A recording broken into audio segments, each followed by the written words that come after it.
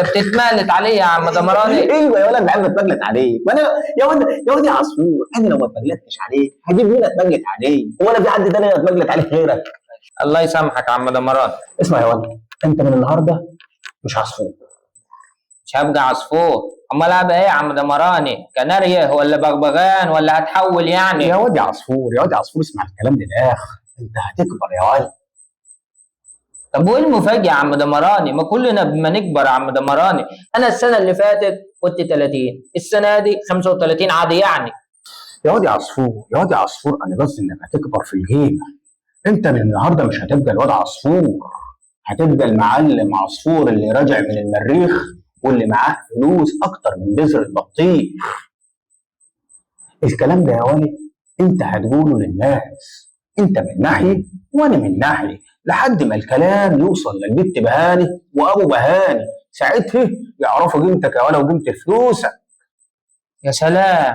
طيب لو الناس دي سألتني عن الفلوس اللي داسسها، انا ساعتها اقول لهم ايه؟ قول لهم يا ولد مدكنهم عشان الحسن. لا انا مش هينفع اقول لهم كده.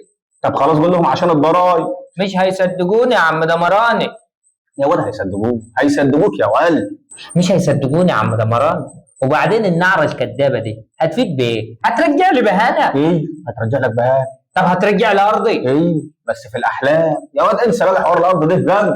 شفت بقى؟ اديك رجعت تشتغلني تاني يا عم دمراني. يا واد يا عصفور، يا واد يا عصفور، انا هعمل لك دي موهبه يا واد، انا هلبسك حته عبايه جلابيه عليها الجيم، ونضاره شمس كده من اللي بتنور لوحديها دي، وطاقيه على راسك، وعصايه في ايدك. وهتركبني حمارة والعيال تقف قدامي كده توسع لي الطريق. يا واد حمارة ايه؟ الحمارة دي كانت زمان، النهارده الحمير ما بتتركبش. امال بيعملوا بيهم ايه يا عم دمراني؟ بياكلوهم يعني؟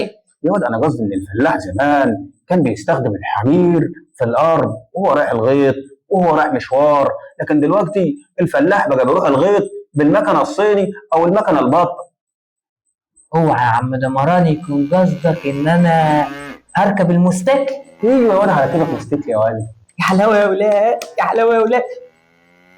عشان انا ما اعرفش اسوق يا عم دمراني. يا واد ما انا عارف انك ما بتعرفش تسوق، انا عارف انك ما بتعرفش تسوق غير الهبل على الشيطانه. لا والحماره كمان بعرف اسوقها. الحماره كمان بتعرف تسوقها يا ولد؟ ايوه يا عم دمراني. نكتب الورقه بقى.